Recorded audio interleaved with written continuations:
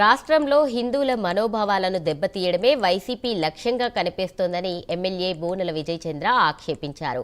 మండలిలో వైసీపీ ఎమ్మెల్సీలు వ్యవహరించిన తీరును రాష్ట్ర ప్రజలందరూ చిత్కరిస్తున్నారని దుయ్యబట్టారు. హిందూ ధర్మాన్ని కించపరిస్తే ఊరుకునేది లేదని హెచ్చరించారు. ప్రజలు 11 సీట్లకే పరిమితం చేసిన వైసీపీ నాయకులకు బుద్ధి రాలేదని ఫైర్ అయ్యారు.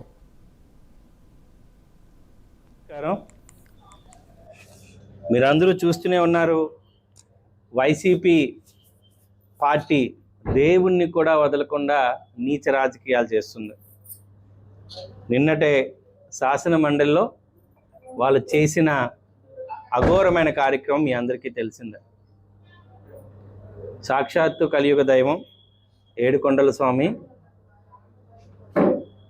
గారి ఫోటోల్ని చెప్పులు వేసుకుంటూ సభ మొత్తం తిరగడం, ప్రశ్నిస్తే నాకు ఆశ్చర్యం అనిపించింది. బొత్స సత్యనారాయణ నుంచి ఆ శాసనసభ్యులకు కళ్ళున్నాయా, చెవులున్నాయా, చూసే జ్ఞానం పోయిందా అని, ఒక్కలైనా చెప్పులు వేసుకొని దేవుని పట్టం పట్టుకున్నారా అని చెప్పి తిరిగి మాట్లాడడం, తిరిగి మళ్ళీ ప్రెస్ మీట్లు పెట్టడం.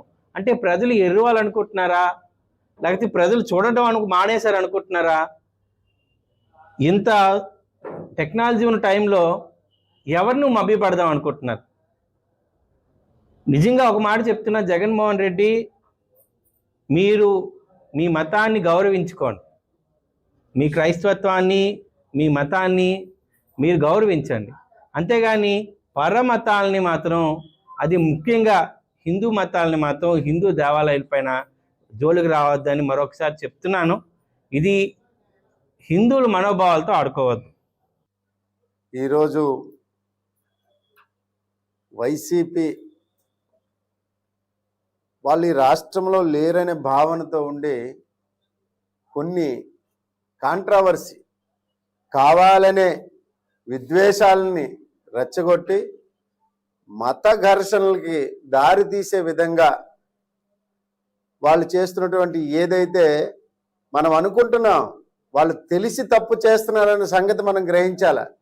వాళ్ళు తెలియక తప్పు చేయట్లేదు, వాళ్ళు తెలిసే వైసీపీని ప్రజలు మర్చిపోతారనే భావనతో దేవుణ్ణి కూడా రాజకీయాలకు వాడుతున్నారంటే, ఆ నిండు సభలో మన జిల్లా పెద్ద బొత్స సత్యనారాయణ గారు ఉన్నారు. వారు కూర్చొని వాళ్ళని పంపాడు. ఆయన అంటాడు, మేము ఎక్కడైనా చెప్పులతో దేవుడి ఫోటో పట్టుకుంటే చూపించండి, రికార్డులు మీ దగ్గర ఉంటే నిరూపించండి అని మాట్లాడుతున్నాడు. ఈవేళ ఆయన ఏం సమాధానం చెప్తాడు? ఈ ఫోటోల ద్వారా, ఈ మీడియా ద్వారా వచ్చిన వాటికి ఆయన ముందు ఈ జిల్లా ప్రజలకు క్షమాపణ చెప్పాలి.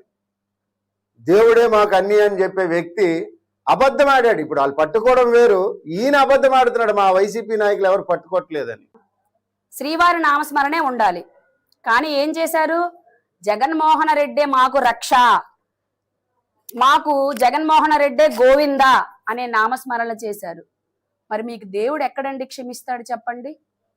మరి ఇది ఆంధ్రుల ఇష్టదైవం వెంకటేశ్వర స్వామి గారితోనే నువ్వు